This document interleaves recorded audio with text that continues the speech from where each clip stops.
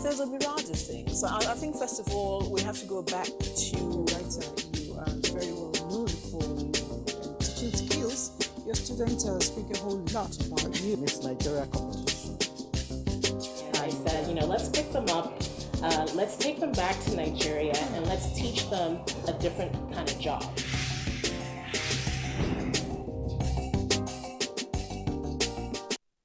It's always a lovely time to be with you on the program, The Woman. And I particularly enjoy sitting here because it gives me the privilege of bringing yet another exciting personality who is female.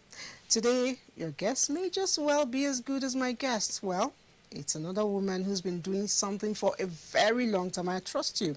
Pretty much like me, I've been trying to, catch up with her, but my leg seemingly hasn't been as fast and as long to be able to do that. But somebody helped me bring her to the studio today. We'll be getting to know my guests today, but I'll be after this time out. Don't go away.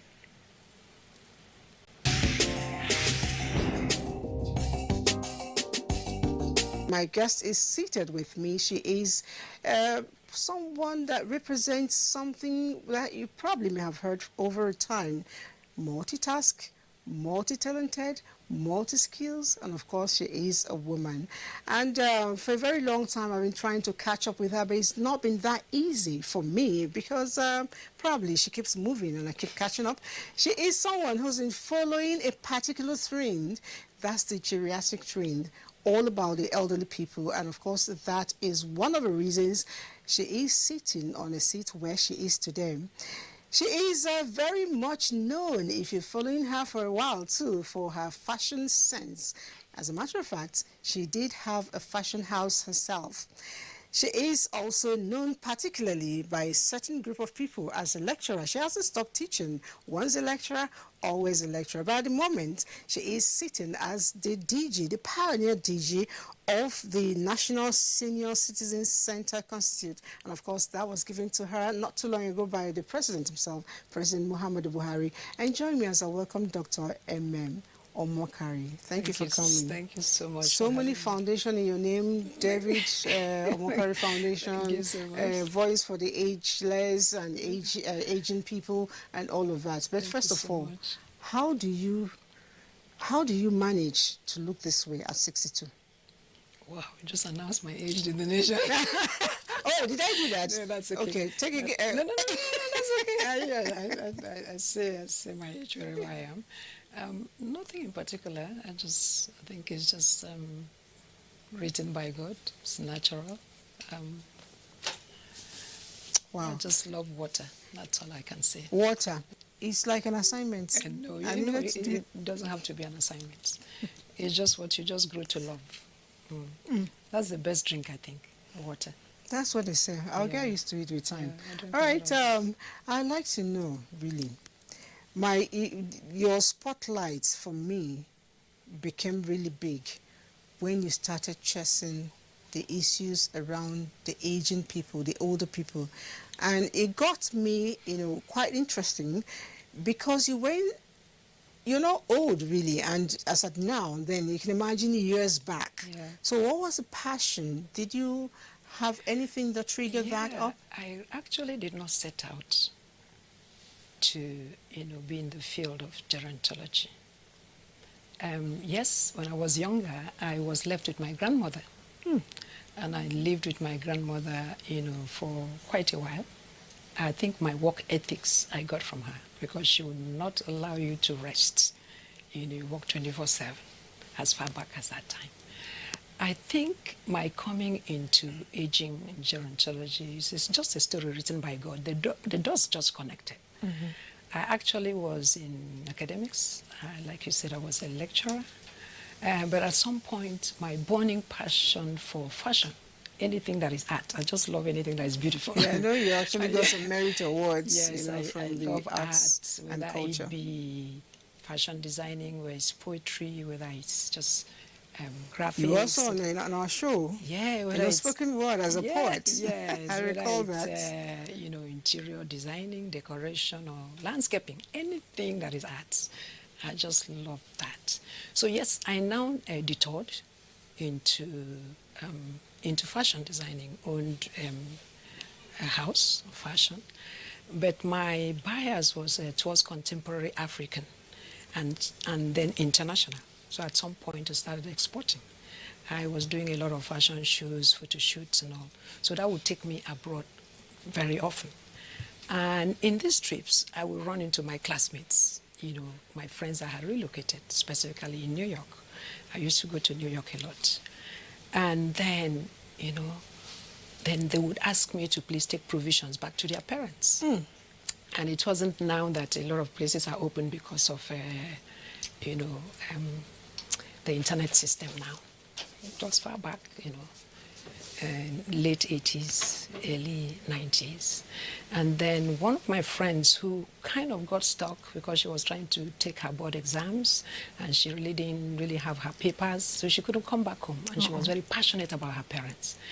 So she then would ask me to please, I beg you, go to the village and visit my parents so that next time you come, you bring me face-to-face, news that you saw them, parents. So that errand now took me to the interior, rural areas. And then I got, the first time I got there, I got to the village, what I saw broke my heart.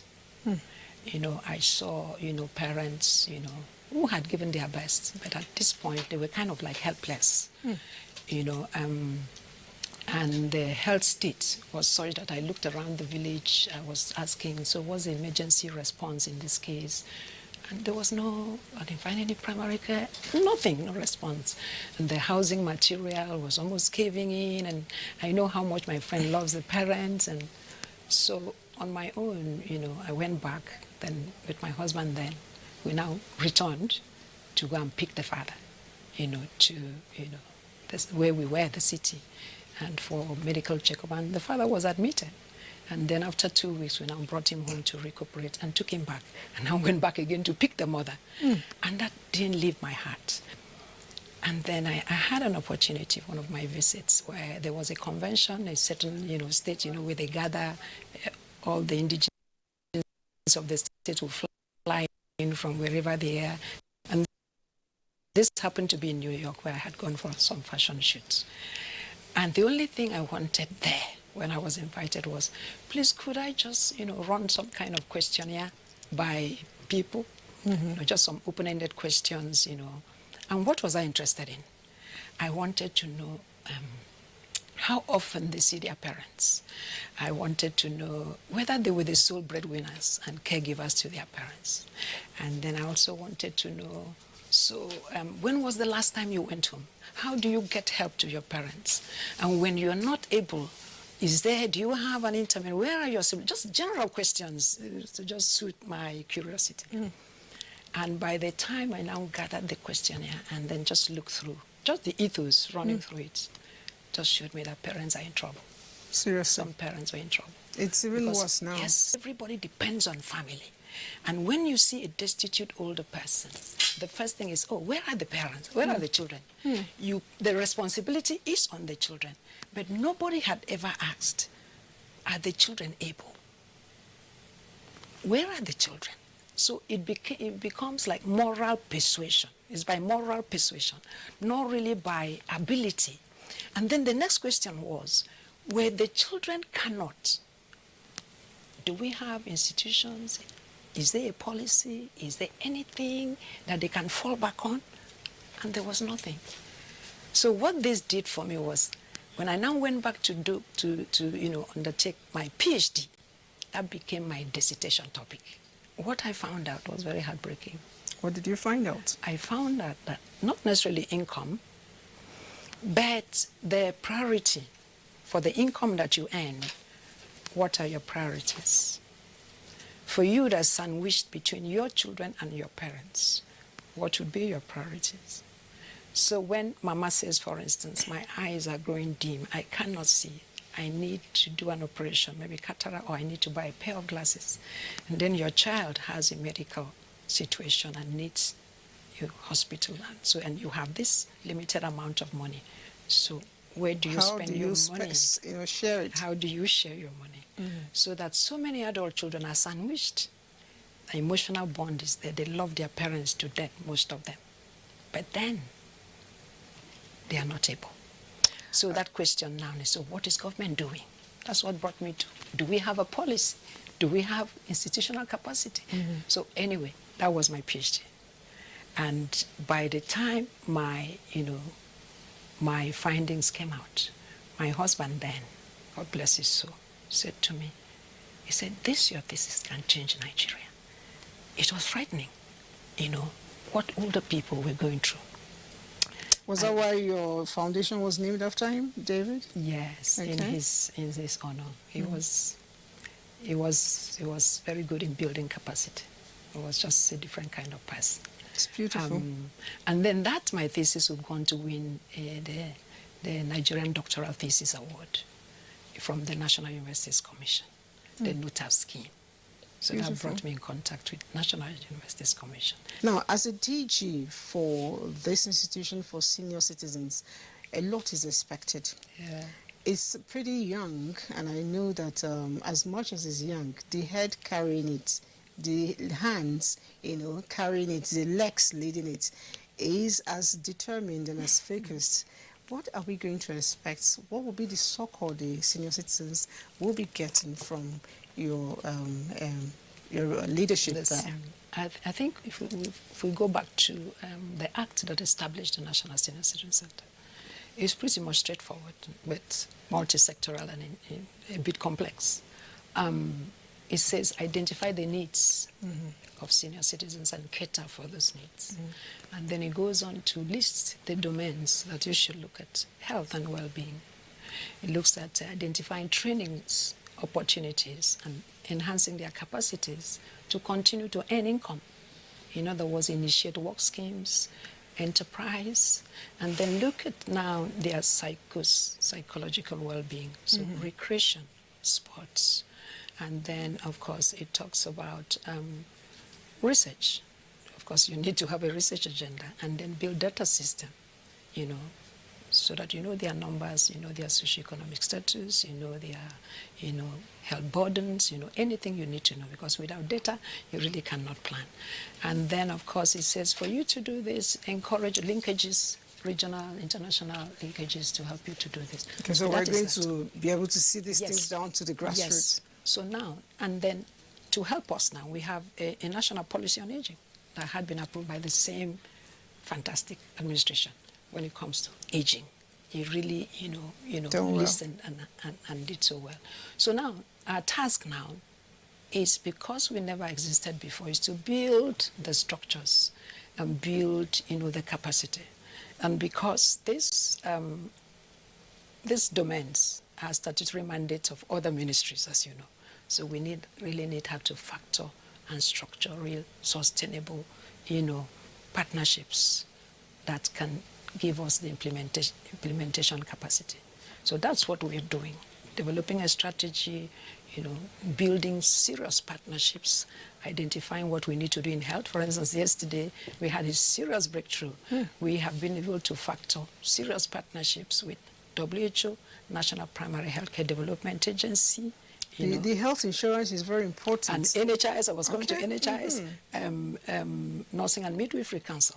Beautiful. Because we are developing a model of primary healthcare that is inclusive of geriatric assessment. But we never when had you say that nursing and midwifery, forgive me, I was just wondering, I hope they're not going to be giving birth as... No, nursing. They are in charge of nursing education. And you cannot talk about care, whether it's health or social care, without talking about nursing. All right. So we want to develop a curriculum for the primary care that will include geriatric assessment, because that was left out, and also develop a care curriculum for caregivers, even those caring at home. Because now you see everything is done haphazardly, and there is no certification. So we want to be able to... I know why you're developing the modus of operandum and all of that together. I want to pick on your side that makes you a real artist. I know that at a point you were actually director of cultural center in Calabar, right? Yeah. Okay. No, I was a member of the board. Member of the board, yes. Really not. even forgot about that. Yeah, you forgot. I didn't. So that tells me your love for arts has been very much, acknowledged, and of course with the Merit Award by the Arts and Culture, that's even a climax for me. I'm wondering, those days we see a lot of retired people sit at home, watch TV, and do a bit of knitting and all of that. Yeah. So they're very creative with their fingers. Yeah. And are we going to see you, bring out more of their creativity as part of your activities for them? Yes, as a matter of fact. And we can make money out of it. The senior centers that we are going to build is going to be a fun center. I keep saying, I visualize it's a fun center. When is fun? I'm a senior citizen. It's going to be a fun center where they can pretty much do anything they want to do. Okay. Where, for instance, somebody who's loved writing for a long time, never had an opportunity. It's going to be like somewhere like a university of third age that you have in developed countries. Learn new language. So we give them opportunity, like say, identify trainings opportunity. So now we need bring those ones who can coach them and help them to start to write. If they love poetry, and they want to either listen to, spoken word, or they want to write themselves, every opportunity that we can bring for them. So it's going to be for anybody who love knitting, who have an opportunity. Painting, but outside that, when you come to the serious side, we say entrepreneurship, identify, initiate work schemes and enterprise. You discover that. In fact, we've already started, getting videos, from all over the country of older persons who have been in some kind of productive venture. For instance, in Cross River State, they do the beads. You told me you know the states. They are very good in beading, And then this beading mostly is for traditional, like they have their shoes, their caps and all. So we are looking at opportunities where we can incentivize youths to still pick the trade, the beading, but now modernize, put it on anything, that can sell online. So we are interviewing so many old people. Are your children interested in your trade? So what would you want government to do here? And all of them, they are saying, we want capital, we would like to expand, we would like to teach others. So we see a lot of willingness to teach because this one they have enjoyed all through these years. So yes, we are looking at so many of those ones weaving, those ones in pottery, anything that they are, they are engaged in, just to expand it a little and see how, if we can attract the youths to be part of that. All right. Yes. I wish I don't dwell too much on this geriatrics, passion of yours, even though it's one that I like. But there's so many sides to you. Now, as a lecturer, what was your most, what do they call it, Eruka feeling when you were teaching? I think one of my joys, really, is to impart knowledge. If I get to know something, until I tell it to somebody, I'm fretting. If I reach, even through my secondary school years, through my university years, a few days to our exams, I'll gather my classmates, I'm telling them what I've read, how much I've prepared. Releasing. You were cheating them. Because the more you talk, the more you consolidate the knowledge. But you know the trick. But then, lecturing or teaching or imparting knowledge comes very naturally to me. So yes, so in the class, as I'm teaching students, I was enjoying myself. So it wasn't work for me. The part that was work that I really didn't like was the marking of the scripts. We're in it together. I don't like that bit. Marking of the scripts, and grading and all that. But as for teaching, preparing the lectures, and being innovative, and getting them to understand using many. Oh no, I love that, and I love it here now. So in my conferences, workshops, seminars, which I still do, I do a lot. Yeah. Now, my time is almost over, but I'm not going to let you go until once again I have revisited your fashion world. Okay. When are we going to resurrect that fashion line again? Oh, so many people, they ask me. Please. Because I used to do a lot of, I used to even train models. Yes. You were a model yourself. I used to do a lot of, it comes naturally to me, designing. I see a fabric, I know exactly what I want to do with it. And I love fashion shows as so many people that were my clients then. I used to supply stores. I mean, my label was really... You should bring it back, So really, everybody say, would you bring it back? There's so many things. to be done. So many You know, things. for as long as I've known you, one thing, in fact, when I was telling somebody, one of the interns, to look out for you, My hair. Don't go there. I just told him, I said, look for a very tall, elegant lady with a big hair. And it's okay, we found her. So how have you been able to maintain it? It's not easy because I know I'm a woman. Sometimes I tell myself I'm going to have my signature style for 1 week to 2 months, Before I know it, I'm all of it. Yeah. How have you been able to do that? I have never followed fad. I'm in fashion. Yes, but I have never followed fad. Things that just come and flit away. I don't like it. It's distressing for me. Mm-hmm. So when I love something, I just love something, and I don't let it go. So for me, I find my style, and no matter how fashions come and go, You stick I to took it. It's my style. So also with my hairstyle, I just I don't know how to do this and do that, and it can be boring. Sometimes my children used to say, "Mommy, are you not boring?" With your hair? No, with everything. It's Everything beautiful. is It's you're beautiful. boring. It shows consistency, your Yeah, ability I am to love very something and consistent, yes. stick to it. I'm going to try to build that, but I love a lot of adventure, so I don't know how that's going to work. I'm not Now, adventurous. talking about children, I know that you have a family and you've been able to, groom them. I don't want to start throwing your family in the public, but I'm wondering, with all your activities, you're traveling, you're studying, because your CV says a whole lot about your love for books, and other engagements, activities and all of that. How have you been able to keep that lovely family going? Oh, as we speak presently, everybody's grown and owning their homes. I know, but when they were still young, you were very active. When they were young, the beauty of it was that my husband loved everything that I did. We did, so it was a Men, are you people listening? everything that Did I you did. hear her? Her husband loved everything. So was- it's that support. That's where it's coming from. He was the first cheerleader. He was a cheerleader. I believed I could do anything. Yes. So whatever we did, it was family doing it. And he even learned to design every of my photo Really? shoots, fashion shows. He was, the focal person, just as I learned also to be part of everything that he did. So it was everybody together. You had your thing, but everybody doing with you. And our children just grew up doing that.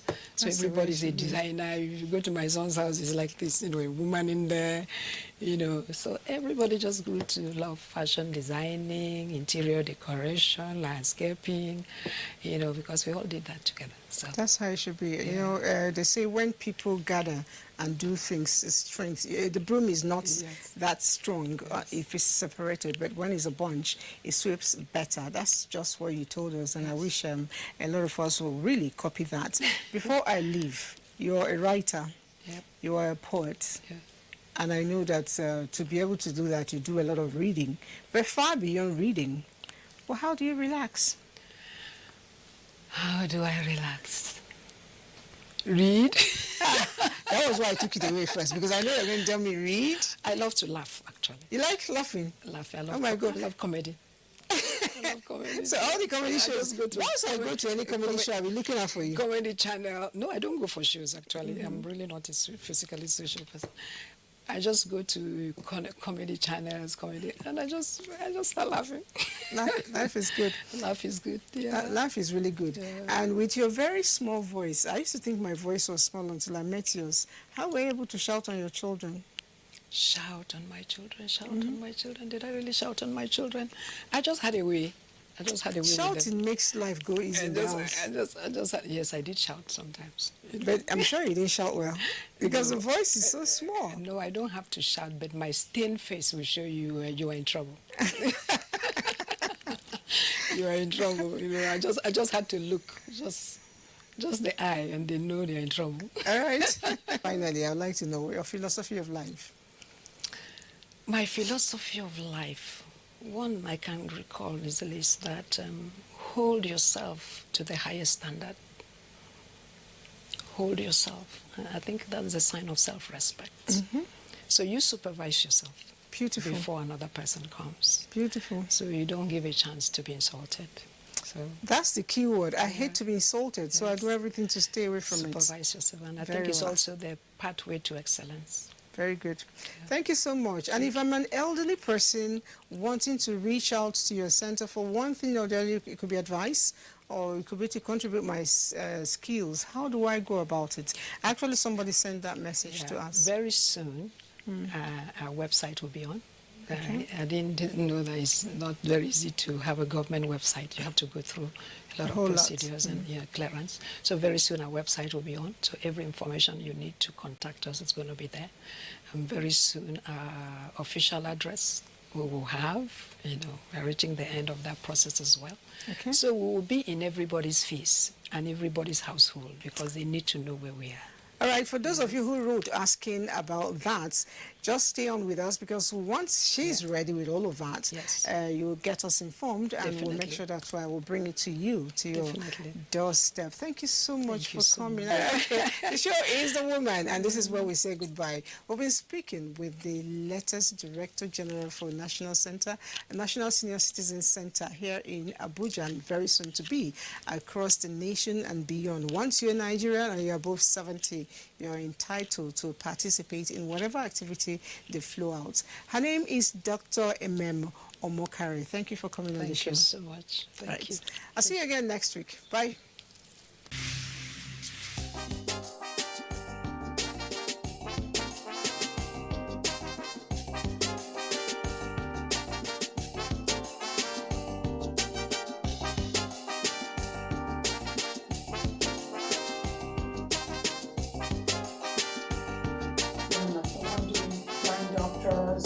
That are not married and they're doing these incredible.